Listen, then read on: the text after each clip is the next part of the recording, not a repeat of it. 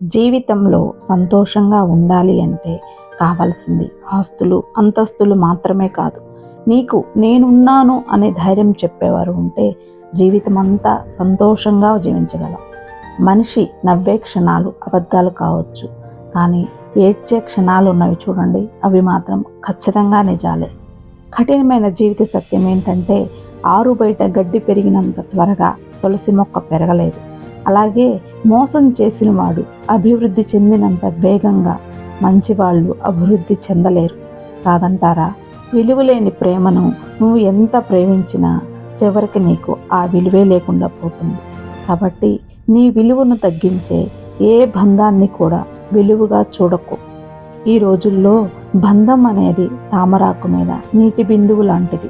అది ఎప్పుడు జారిపోతుందో ఎవ్వరికీ తెలియదు. అందుకే ఎవ్వరి మీద ఎక్కువగా ఆశలను పెంచుకోకు. ప్రశాంతంగా జీవించండి. ఒక్కరోజు నిల్వ ఉంటే విరిగిపోయే పాలల్లో ఎన్నాళ్ళైనా పాడవని నెయ్యి దాగి ఉంటుంది. వ్యక్తిలో లోపాలను చూడటం మానేసి ఆ లోపాల వెనుక అద్భుత గుణాలను గుర్తించగలిగితే మనం కూడా ఒక అద్భుతమే అవుతాం. నమ్మితే ప్రాణం ఇస్తామంటారు. ప్రాణం ఇవ్వాల్సిన అవసరం లేదు. ప్రాణం ఉన్నంత వరకు నమ్మక ద్రోహం చేయకుండా ఉంటే చాలు. కాదంటారా? మన దగ్గర ఎంత డబ్బైనా ఉండవచ్చు, కానీ అవతల వారిని చులకనగా చూసే జబ్బు మాత్రం ఉండకూడదు. ఆత్మాభిమానం ఉన్నవాళ్ళు తమకు అవమానం జరిగితే అప్పుడు ఏమీ చేయలేకపోయినా జీవితంలో మాత్రం ఎప్పటికీ మర్చిపోరు. ప్రతి ఒక్కరికి తమ తమ భావోద్వేగాలు ఉంటాయి. ఎవరిని నొప్పించకుండా మాట్లాడటం నేర్చుకోండి. కోపంలో వచ్చిన మాటను పట్టించుకుంటే మనసు విరిగిపోతుంది. అదే కోపం వెనుక ఉన్న బాధను అర్థం చేసుకుంటే ఆ బంధం నిలబడుతుంది. అలా ఉండగలగటానికి మనకు కావలసినటువంటి ఆయుధాలు రెండు.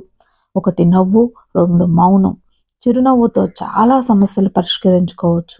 అలాగే మౌనంతో చాలా సమస్యలు రాకుండా చూసుకోవచ్చు. గుర్తుంచుకోండి, జీవితం అంటే ఇంతేనా అని ఇప్పుడు అనిపించవచ్చు, కానీ ఒక వయసు వచ్చాకే అర్థమవుతుంది. నువ్వు మోస్తున్న బాధ్యత, నిన్ను నమ్ముకున్న మనుషులు, నిన్ను పరిగెత్తించేలా చేసే ఏదో ఒక అవసరం. మనిషికి వయసు పెరిగే కొద్దీ అనుభవం పెరగాలి, ఆలోచన విధానం మారాలి, ప్రవర్తనలో మంచి చెడు తెలుసుకోగలగాలి. అప్పుడే మనిషికి విలువైన గౌరవం, సమాజంలో మంచి వ్యక్తిగా గుర్తింపు లభిస్తుంది. ఈ ఒక్క విషయాన్ని జీవితంలో ఎప్పుడూ మర్చిపోకండి.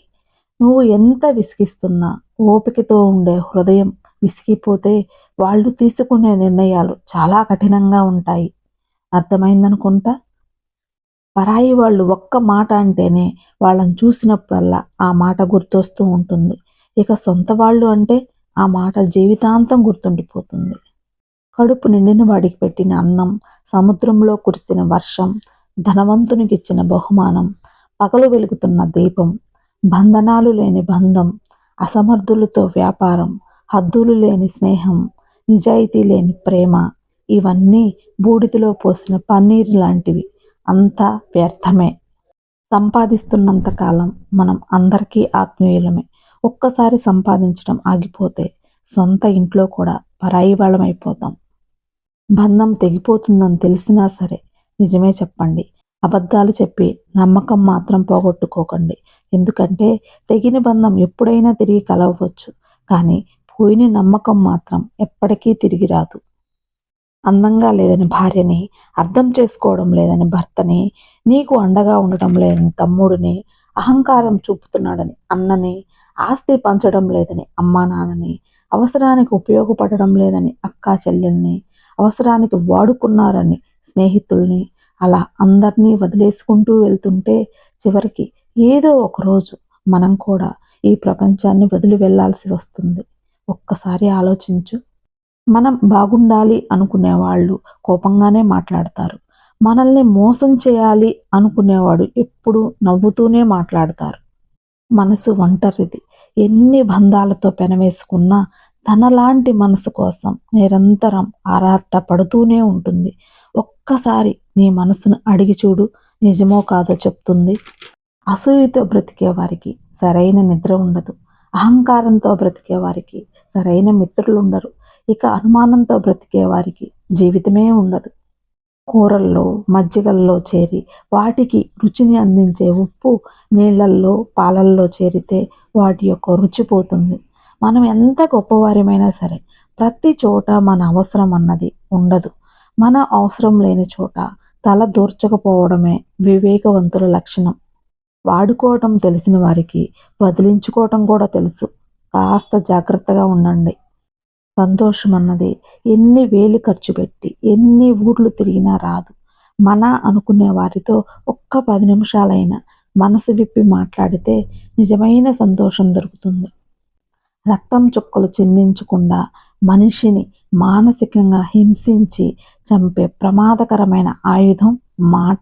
దానిని మూర్ఖుడు వాడిన తర్వాత ఆలోచిస్తాడు, తెలివైన వాడు ఆలోచించి మాట్లాడతాడు.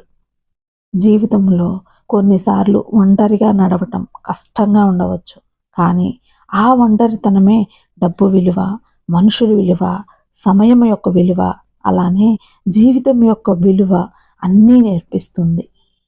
కారణం లేని కోపం, గౌరవం లేని బంధం, బాధ్యత లేని యవ్వనం, అలంకరణతో వచ్చే అందం ఎక్కువ కాలం నిలబడవు.